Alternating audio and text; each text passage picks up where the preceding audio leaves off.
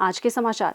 मुख्यमंत्री श्री जयराम ठाकुर ने माननीय सर्वोच्च न्यायालय द्वारा प्रदेश के 685.58 हेक्टेयर क्षेत्र में 605 परियोजनाओं को स्वीकृति प्रदान करने के निर्णय पर प्रसन्नता व्यक्त की है। मुख्यमंत्री ने आज शिमला में कहा कि FCA और FRA प्राप्त नहीं होने के कारण विभिन्न विकासात्मक परियोजनाएं कई वर्षों से समय पर कार्यान्वित नहीं की जा सकी। उन्होंने कहा कि ये प्रधानमंत्री श्री नरेंद्र मोदी की उदारता और राज्य सरकार द्वारा सर्वोच्च न्यायालय के समक्ष मामले को प्रभावशाली तरीके से प्रस्तुत करने के कारण संभव हुआ है। मुख्यमंत्री ने कहा, हिमाचल प्रदेश सरकार में जो हम विभिन्न विकास के प्रोजेक्ट स्वीकृत करते हैं, उसके बाद उनको बनाने के लिए जो प्रक्रिया होती है, उसमें सबसे महत्वपूर्ण एक पहलू फॉरेस्ट क्लियरेंस का होता है। कोई भी प्रोजेक्ट हम बजट प्रोविज़न कर लें, टेंडर की प्रोसेस भी कर लें, लेकिन उसके बावजूद फॉरेस्ट की जो क्लियरेंसेस जब तक फाइनल नहीं हो पाती है सरकारी ज़मीन पर, तब तक के लिए उस प्रोजेक्ट में हम आगे नहीं बढ़ सकते हैं, काम नहीं कर सकते हैं। जो बड़े डेवलपमेंट के प्रोजेक्ट्स हमारे हिमाचल प्रदेश में बजट प्रोविज़न होने के बावजूद और सरकार की उन प्रोजेक्ट्स को तेज़ गति से आगे बढ़ाने की मंशा होने के बावजूद उन प्रोजेक्ट्स में विलंब का कारण फॉरेस्ट क्लियरेंसेस रहा है।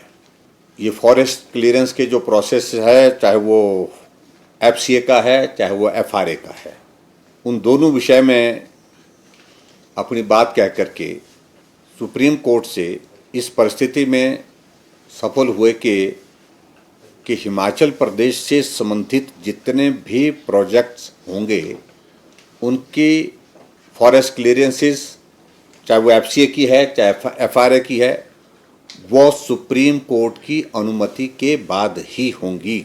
मार्च 2019 के बाद FCA FRA की स्वीकृतियाँ जो है हमको हिमाचल प्रदेश को प्राप्त नहीं हो पा रही थी, और उसकी वजह ये थी कि एक तो कोविड का इम्पैक्ट आया, कोर्ट नहीं बैठा, और उसके बाद कोर्ट ने जब वर्चुअली काम करना शुरू किया तो उस परिस्थिति में जिस प्रकार से हमको सुप्रीम कोर्ट के सामने अपनी बात रखने का जो अवसर वो प्राप्त नहीं हो पा रहा था, नहीं मिल पा रहा था। ऐसी परिस्थिति में अभी पिछले कुछ दिन में सारे विषय को लेकर के केंद्र में आदरणीय प्रधानमंत्री जी से भी मिला, केंद्रीय गृह मंत्री अमित शाह जी से भी, और हमारे भारत के सॉलिसिटर जनरल, उनसे भी मेरा मिलना हुआ, और उनको हमने सॉलिसिटर जनरल को हमने हिमाचल प्रदेश सरकार की ओर से इस मामले को, फॉरेस्ट की क्लियरेंसेस के जो मामले हैं, उन मामलों को पैरवी करने के लिए अधिकृत रूप से सरकार से अनुमति दी। बहुत लंबी मीटिंग होने के बाद, डिटेल में डिस्कशन होने के बाद मुझे इस बात की प्रसन्नता है कि अभी सुप्रीम कोर्ट में जो हमारी 605 परियोजनाएं जो FCA और FRA के लिए लंबित थी, उन पर बहुत डिटेल डिस्कशन हुआ, बहस हुई, और अंततः सुप्रीम कोर्ट ने इन 605 परियोजनाओं के लिए FCA और FRA की स्वीकृतियां प्राप्त की हैं। और मैं इस बात के लिए सुप्रीम कोर्ट का भी आभार व्यक्त करना चाहूँगा, क्योंकि हमने इस बात को बहुत प्रमुखता से रखा कि ऐसे में हम विकास करेंगे कैसे। हमारे हाइडल प्रोजेक्ट्स के काम रुके पड़े हैं, सड़कों के काम रुके पड़े हैं, हॉस्पिटल के बिल्डिंग्स, स्कूल की बिल्डिंग्स, और उसके साथ साथ में जो डेवलपमेंट के लिए बहुत आवश्यक हैं, एक नहीं अनेकों प्रोजेक्ट इस प्रकार से रुके हैं।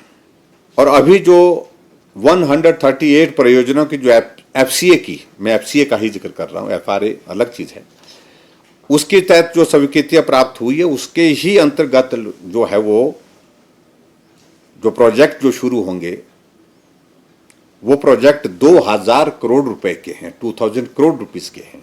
डेवलपमेंटल प्रोजेक्ट्स हमारे हैं, जिसमें से 1337 करोड़ रुपए का जो green corridor national highway Sirmaur का है, डबल लेन नेशनल हाईवे धर्मशाला का जो है वो 61.41 करोड़ 61.41 करोड़ रुपीस का, और इसी प्रकार से आगे बढ़ करके 2 MV सोलर PV काजा स्थापित करने की का जो है हमारा 19.31 करोड़ रुपए का ये भी स्वीकृत हुआ।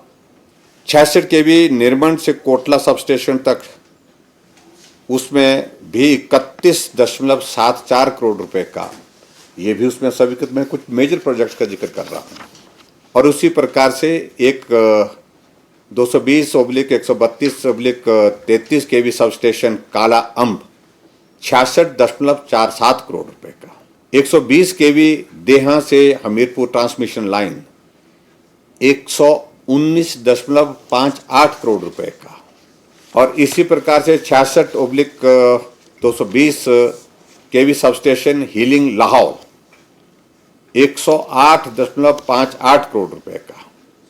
और इसी प्रकार से हमारा धौला सिद्ध जल विद्युत परियोजना बहुत इंपॉर्टेंट 40.80 करोड़ रुपए। शिक्षा विभाग के जो विभिन्न परियोजनाएं जो लंबित पड़ी थी स्वीकृति के लिए 143 करोड़ रुपीस की। और इसमें हमारा मंडी का बहुत चर्चित जो जिस पर हमने बहुत कई बार बात की, हम 1 साल पहले 2 साल पहले इस काम को कर सकते थे, लेकिन फॉरेस्ट की क्लियरेंस नहीं मिली।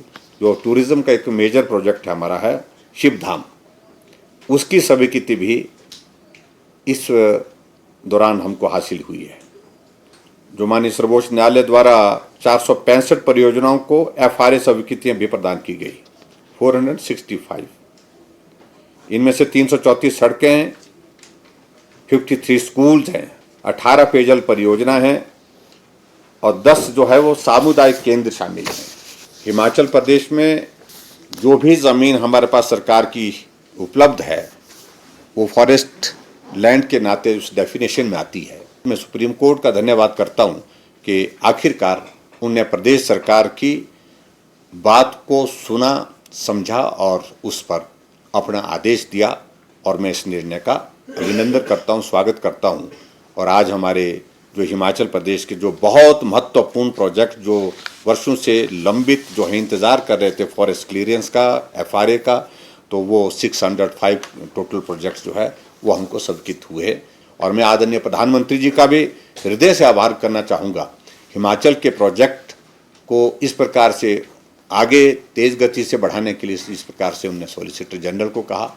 आदरणीय अमित शाह जी ने भी सॉलिसिटर जनरल से बात की और उन्होंने कहा कि सारे विषय को लेकर के स्टेट के डेवलपमेंट के प्रोजेक्ट को हमको प्रभावित नहीं होना, विलम्ब नहीं होने देना चाहिए। उसमें जो भी मदद सरकार की ओर से की जा सकती है वो मदद हमको करनी चाहिए। मुख्यमंत्री श्री जयराम ठाकुर से आज शिमला में मंडी जिला की ग्राम पंचायत काऊ के एक प्रतिनिधिमंडल ने भेंट की।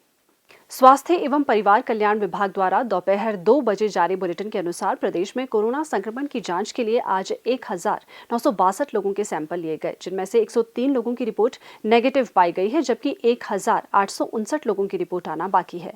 अभी तक 10,21,301 लोगों की जांच की जा चुकी है, जिनमें से 9,61,190 सैंपल की जांच नेगेटिव पाई गई है।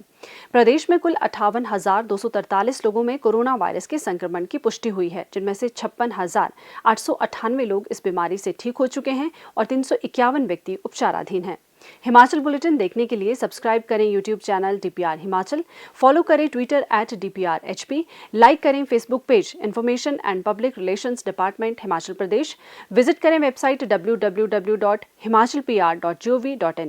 इस अंक में इतना ही। कल फिर होगी मुलाकात, दीजिए इजाजत, नमस्कार।